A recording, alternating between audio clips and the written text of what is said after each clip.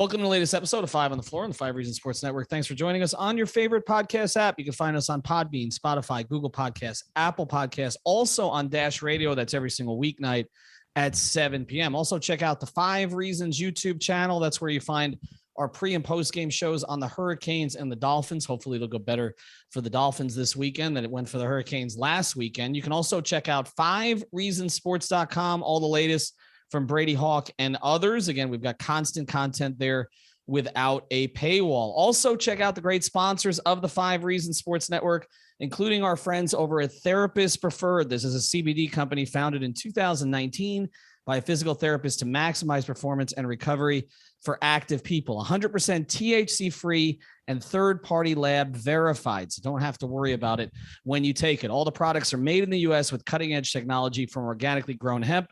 The most popular products, the CBD sports cream, the strawberry lemonade gummies, and the green apple gummies. Make sure you use the code 5 Reasons. That's the number 5 Reasons for 25% off your order plus free shipping on all orders. I actually just got some strawberry lemonade gummies that came in here while I was away this weekend. So make sure you get your own. Go to therapistpreferred.com. That's therapistpreferred.com. Use that code 5. It's the number 5 Reasons. And now, tonight's episode. Down the bitch gang. Yeah. 5 on the floor. Ride for my dogs. Where here's the thing. You can check the score. Hustle hard, couple scars, wearing bubble frauds. Just like Butler said, you in trouble, y'all. Kept the floor playing. Got it all banned. Y'all seen the block. Stop with one hand. And Pat we trust. It's power, have the guts. We're here to bring the heat. Y'all can hang it up. Welcome to 5 on the Floor, a daily insider show on the Miami Heat and the NBA, featuring Ethan Skolnick, Greg Sylvander, and Alex Toledo, plus others from the 5 Reasons Sports Network. All right, Ethan Skolnick back on 5 on the Floor. Here's tonight's floor plan. I got Greg Sylvander. You can find him at Greg Sylvander. I've got Alex Toledo.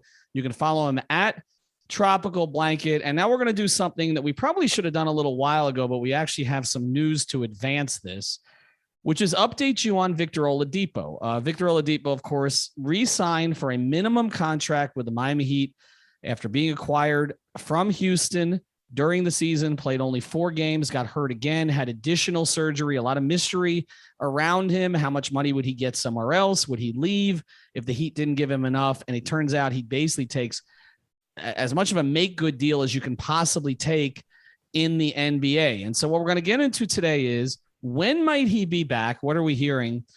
And if that schedule is different than we anticipated, what does that do to the Heat's chances this season? How does that change the equation? Because I feel like Vic is the one person nobody's really taking into account when we talk about depth, when we talk about upside, and it's very possible he could be back a little sooner. So I'm going to start with Greg here tonight. Obviously, people sort of got hyped about the IG video. Vic's finally putting something on social media that's not about music or relationships or something else. It actually had some basketball in there. And you have had some information we've been talking about on our threads that kind of jibes with a lot of the stuff that was in there in the IG video. Yeah, it's actually relatively good news, I would say. You know, obviously all this stuff is fluid, but, you know, sources close to Oladipo's process throughout the summer have maintained he's ahead of schedule, and that that there is an expectation surrounding him that he could be hooping by December, and that that is a completely different timeline that I had been conceptualizing as somebody following this team. I was looking at more like the All-Star break. So the fact that he is advancing and looking like he is ahead of schedule and should be able to play basketball, you know, like, let's just say Christmas. I'm throwing out an arbitrary date in December, for instance. Like, that's so much sooner than I was counting on Oladipo. And we'll talk later in the episode about what the implications are of having him.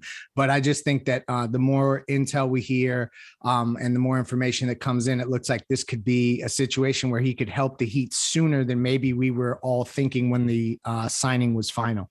And what ties into that, again, is the social media stuff, because I don't think, since I knew what you've been hearing behind the scenes, and some of the stuff that I've heard when I've talked to Heat officials, where whenever I've said February, they've said it could be a little sooner than that.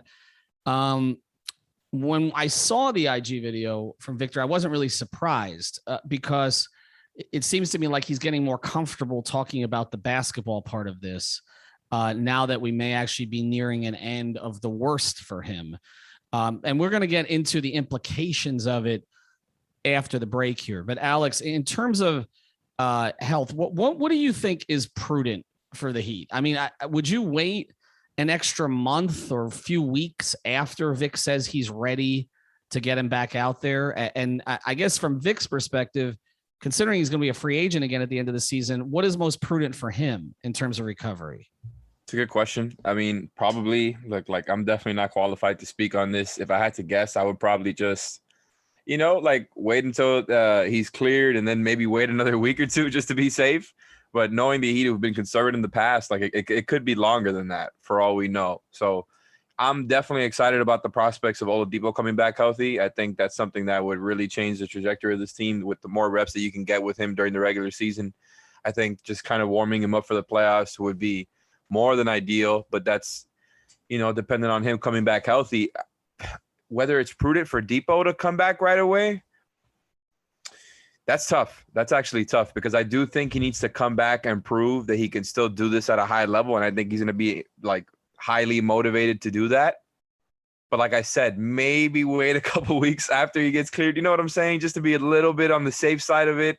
Maybe that's going to be the way they go. It's going to, at the end of the day, and I haven't used that in a while, it's going to be prudent for the Heat and for Depot to get him out there pretty much as early as possible. We got it at the end of the day at the beginning of the pod. Greg, the Heat's history here is to be prudent. Sometimes to the frustration of fans, right?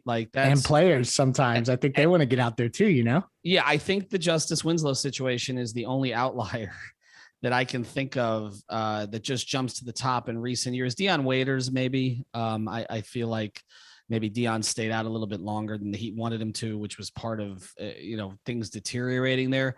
But for the most part, the Heat hold guys out. Now they hold them out in life-threatening situations for sure, right? Chris Bosh, Alonzo Mourning, but they've also held out other guys throughout the years and been prudent with them. I guess you and I talked about that. We're going to get into the basketball stuff again after the break, but we talked a lot before Oladipo's free agency when he got hurt again with the Heat of what made the most sense for him and for the Heat. And right, I think there was a shared decision, at least to a degree, or at least on the Heat's part, it seemed like they weren't going to push it too much, in part maybe because the season had a cap to its upside anyway, right? We had been hearing that Oladipo, again, was seeking other opinions. I know, he got another opinion. And of course, the surgeons since come out and said they actually did the right job this time. But I also think we thought there was some disconnect at the time, right, between the Heat and Oladipo, mostly because of that statement that the Heat put out, which was kind of cold. The very fact that he's back on the minimum, what does that say? I mean, does it mean that there was a meeting of the minds there? Because I mean, that's a sacrifice, not much of a sacrifice from the Heat, unless you really didn't think he fit the culture. It's a pretty significant sacrifice for Oladipo. Yeah. See, but this is like excuse me. This is like the interesting scenario for Vic, right? Because you're right. There's a lot of, when you look at this, you think about why would he have returned to this scenario when it looks like there isn't really a path for him necessarily to start on this team. I don't think at this moment. Obviously, we'll see how lineups shake out. There could be ways for him to close, absolutely. But so there could be a case to be made that maybe he would be able to showcase himself elsewhere, and he stuck around. But here's the big one with Victor Oladipo coming back to Miami and why it makes so much sense for both of them, really. If he plays well, he goes into next season with a $1.7 million cap hold, but the Heat hold his bird rights. So they can either send him to a place that wants to invest in him, or they can invest in him long-term. You know what I mean? So I think there was an element of this that just made sense for both of them to take this risk and take this shot together because of the upside from Miami's perspective, but also from Oladipo's earning potential's perspective. All right. So after the break, we are going to get into that. We're going to touch on the basketball part of this because, like you mentioned, there does not appear to be a path to start on this team, even though you can certainly make an argument that Victor Oladipo, a healthy Victor Oladipo, is one of the top 4 players on this team. So we'll get into a little bit of how this looks like and how this changes the equation. Before we do, want to tell you about another great sponsor of the 5 Reasons Sports Network. You got to go to everything trade shows if your company is going to trade shows. And we know obviously COVID's still around. People are starting to get back to this stuff, though. And if you need a trade show exhibit, you may not have your entire staff back yet. So you need a one-stop shop. Full booth build and the design. Again, it's a one-stop shop for trade shows. They handle the logistics, the booth, the graphics, the furniture, the flooring, even some tips to get you noticed. They teach you the difference between renting and buying. They're based right here off of Las Olas, but they can service all 50 states. So schedule a free consultation. Mention 5 reasons. Not only you get the free consultation, you get a free booth rendering. They'll tell you exactly how it's going to look. The phone number is 954-791-8882. That's 954-791-8882, or reach out to Chris and everybody else there at everythingtradeshows.com. Again, make sure you mention 5 reasons. We tell you that all the time with all of our sponsors because you always get a deal. All right, let's get back to it. Alex, the Victor Oladipo fit on this team. We talked last season about what the Heat needed and what he could provide. They didn't have a lot of play creation, particularly in the half court. They needed another point of attack defender. And it appeared, even with some of Vic's struggles fitting in and even with some of the struggles shooting, that those 2 things he was able to provide. Are those two things as necessary with this particular group as they were with last year's group?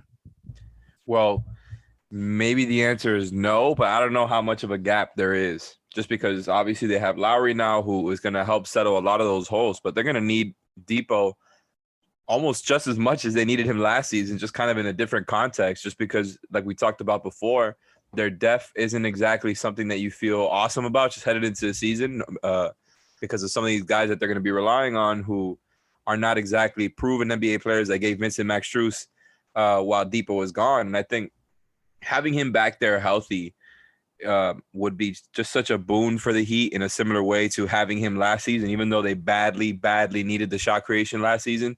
This season feels a little bit more real. It feels a little bit more like they're really going to be in that contender mix. And so that's why I'm saying I think it's just as important this season, because they're really going to need what he brings. They're going to need him to be a great depth piece. And he doesn't even need to be any sort of like real shot creator when he's on the floor. I think what he really needs to focus on is when he gets the ball, it's just getting to the rim, right? And the fact that he could do that still at a decently high level while he was here playing with a torn quad or whatever it was. Yeah. That's what makes me feel better about it. He was getting into the lane and making stuff happen. And even though he didn't look like an all-star, it was making things easier on Bam and others. Like, I just think he would be an exceptional player to have in your rotation if he comes back looking healthy. Yeah, I mean, Go ahead, Greg. No, go ahead, Ethan. Well, Greg, we talk about rotation, right? So, I mean, again, we're not talking about him having to do this from the start of games, which is something we're not even the start of the season, but start of games, which is something we were sort of counting on him to do last year. Yeah, no, it's funny. Let's just remember, everybody wanted either Kyle Lowry or Victor Oladipo, and there will be a point this season where the Heat have both. And I just think that's I can't emphasize enough that I think that's getting lost in this, in that he'll have a good role off the bench. I think that he's the perfect fit for what they're going to need from a shot creation perspective. And I know that to Alex's point, rim pressure will be huge too. His point of attack defense. There's just a million things that you can say about him. And he's the one guy that I think raises this team's ceiling in a way that's like, if you catch lightning in a bottle and Victor Oladipo is any semblance of what he was prior to this last injury, even if he's just back to that player and you have that off the bench, it changes the trajectory in ways that I think are really worth monitoring. It's just a super underrated element to this entire season. Alex, we talked a lot about staggering on this team, right? And that was a way to get Lowry on the floor with Hero and to sort of cover up some of the possible bench deficiencies that this team will have at the start of the year with all the dead roster spots they have, and with some unproven players like Max Strus and Gabe Vincent, at least unproven, in terms of being core rotation players. But we haven't talked a whole lot about the fit with Oladipo and Hero, because if you're not staggering, you're likely bringing the two of them off the bench together. And maybe by the time that Depot is healthy, Tyler's probably had a good, at the very least, 6 weeks to 2 months being the core player on the second unit. And then all of a sudden you're bringing in a guy who's played on all-star teams with him. What does the Hero Oladipo fit look like? That is a good point that we haven't really gone through, like you said, but I think in theory it's one that works. Like, for example, I don't think this is going to be something that, and maybe I'm wrong about this, a couple months down, but I'm kind of expecting it to be a situation where Hero is getting a lot of those bench minutes with somebody like Kyle, whereas like he's kind of gotten in with Jimmy over the past couple of seasons. And I think that's going to just take the burden off him to be that playmaker like we talked about.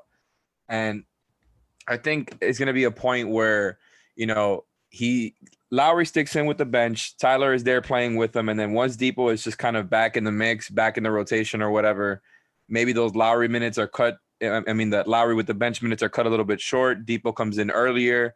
Maybe it's that type of thing. It's just kind of about managing the actual rotations and when people sub in. But basketball fit, I don't see why it doesn't work. Like, I just think it's two guys who take pressure off each other, two guys whose, I think, skills on the floor complement each other pretty well, considering you want one attacking the rim more often than not, and you want the other shooting more often than not. Both can do kind of different things and a little bit in the pick and roll game. Like, I think it's something that they can definitely make work and probably are incentivized to make work, because the more pressure you can take off Lowry and Jimmy having to create stuff for the rest of the guys, the better, I think. And if you can really just rely on those two working well together, that would be a pretty awesome tool to have in your back pocket. Now, it's not a guarantee, though, because although all of this on paper seems like a really great fit between just the two of them and their skills being complementary, it could very easily be something that, doesn't work out right away. And we're talking about in a couple of months is something that maybe they got to figure out. Well, I mean, Greg, if you're able to get the two of them out there together, playing well together, then, a couple of things happen. One, you're able to rest Jimmy and Lowry more often, I would think, but also you don't necessarily have to use Jimmy or Lowry with either of them, right? Like, if you have the two of them, that may be enough offense and again, if you have Oladipo kind of there in the middle, you could probably play Duncan then with Hero a little bit more, which I know is something that Brady got into in a recent story, because you want to have the shooting of Hero and Duncan out there together, but we obviously, you don't want to have kind of the defensive liability possibilities that occur with the two of them together, right? So I feel like Spoelstra can get away from some of the staggering, and with having to bring Jimmy back off the bench or Kyle back off the bench. Maybe he brings Bam off the bench to play with the two of them at times, because I could see that working, right? But you don't have to roll back the starters with them as much. No, and I think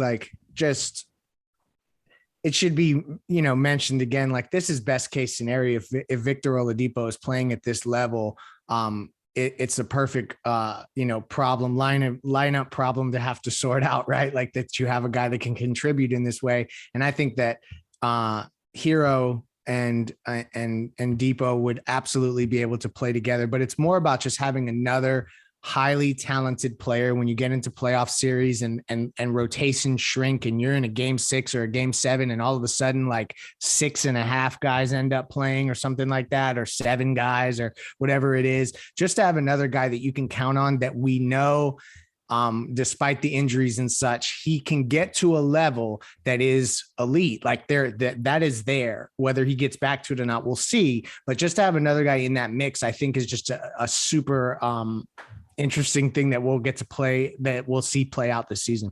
All right. When we come back from the break, I want to get into this from Vic's perspective. That'll be the final way that we cover this tonight, and kind of where his career can go from here. Before we do, I want to talk about another sponsor of the 5 Reasons Sports Network. We've got NFL games starting this week. They count.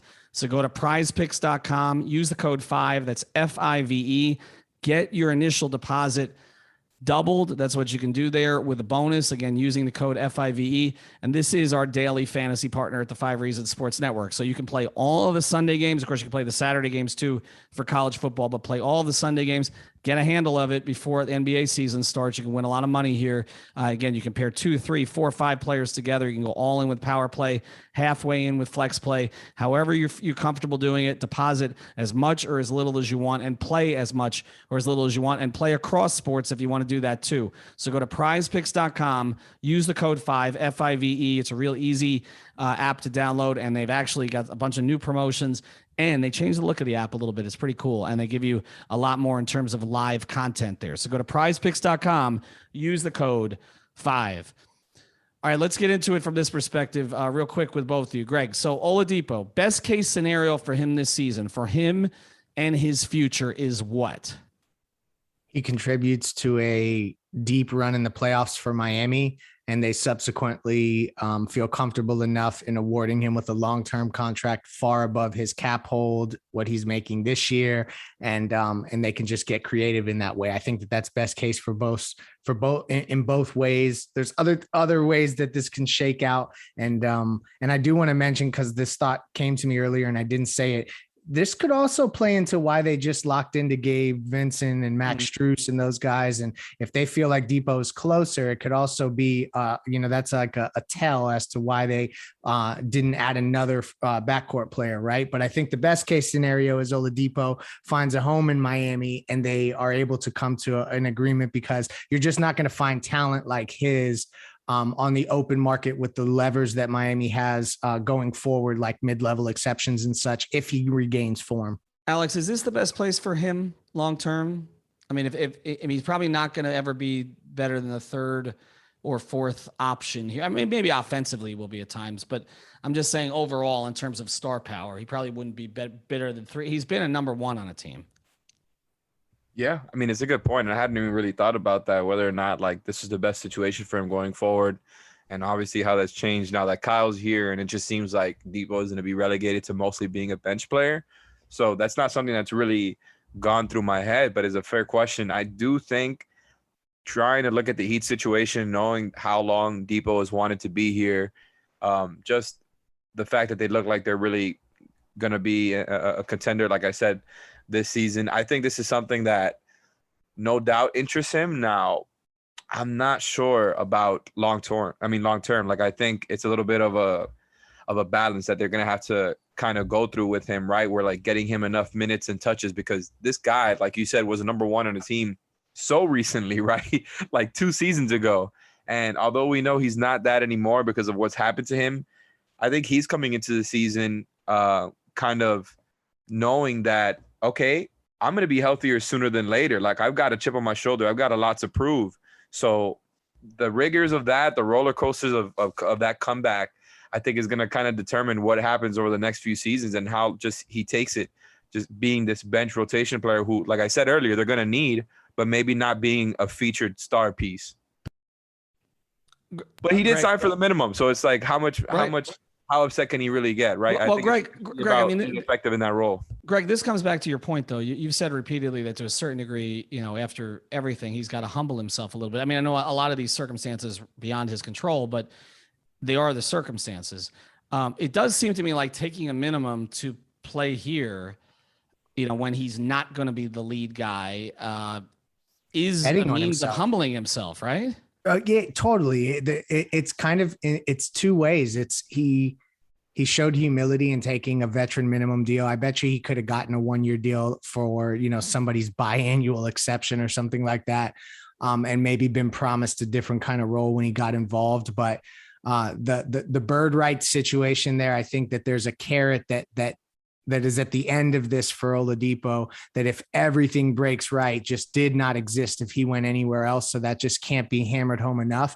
And also, like, as much as you can go elsewhere and be featured, and we can just talk about him being a number 1 or a number 2 and how he'll probably only be a 3 or a 4, or, maybe even further back on the depth chart. I think at some point in your career, winning starts to become a thing that you're just going to be judged by it to a degree, and to fit into a team that makes multiple runs and be part of a core in the Eastern Conference that maybe gets past a juggernaut like Brooklyn, for instance, or does something like that. I just think that there's more, there's just more long-term stuff that he's going to be able to hang his hat on than going to Detroit and averaging 19 a game for the next 3 years.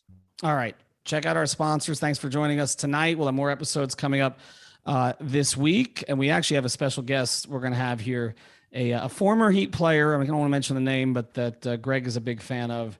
I think that's all I'm going to say. He could shoot. We'll have him on the pod here over the next few days as well. Check out all the other episodes in the 5 on the Floor library, and check out our sponsors, prizepicks.com, the code 5, therapistpreferred.com, the code 5RSN, and of course, everythingtradeshows.com. Have a great night. I know we were having Jason Capono on. Thank you for listening to the 5 on the Floor on the 5 Regional Sports Network.